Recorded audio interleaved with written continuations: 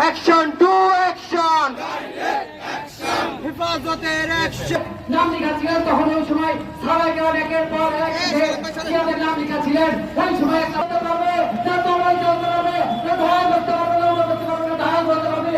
তখন হয়ে বলেছিল আপনাকে যখন শয়তানরা কাফেররা আঘাত করবে তখন আমার শিশুটিকে আপনি ধারা সুরক্ষিত ধরবেন। মুসলমান আজ আপনার কাজ করে দেখে আমরা কোন তাগুদের কাছে বিচার চাচ্ছি না, প্রচার করছি না যে আপনাদের কাছে সাহায্য চাই।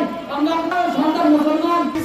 সালাম সুলাইমান আলাইহিস সালাম, মুসা আলাইহিস সালাম, ইমামগণ, সালাফগণ, সাহাবা আসহাবুনা রাদিয়াল্লাহু আনহুম আজকে মরছি তো কি হচ্ছে?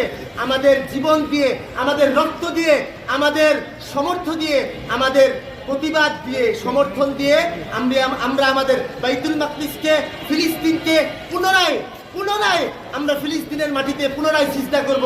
আল্লাহ তাআলা আমাদেরকে তৌফিক। গত কয়েকদিন আগে এই ইসরায়েলিরা আমাদের ফিলিস্তিনিদের শিশু, বৃদ্ধ, যুবক সকলকে নির্মমভাবে হত্যা চালাচ্ছে। এই রোজা সিয়াম সাধারণ মাসে আপনারা লক্ষ্য করেছেন এই পার্শ্ববর্তী রাষ্ট্র ভারতে ভুলির নামে মুসলমানদেরকে নির্যাতিত করছে, হত্যা করছে, ধর্ষণ করছে। আর এই ধর্ষণ সারা বাংলাদেশের মুসলমানদের কাছে, সারা বিশ্বের মুসলমানদের কাছে।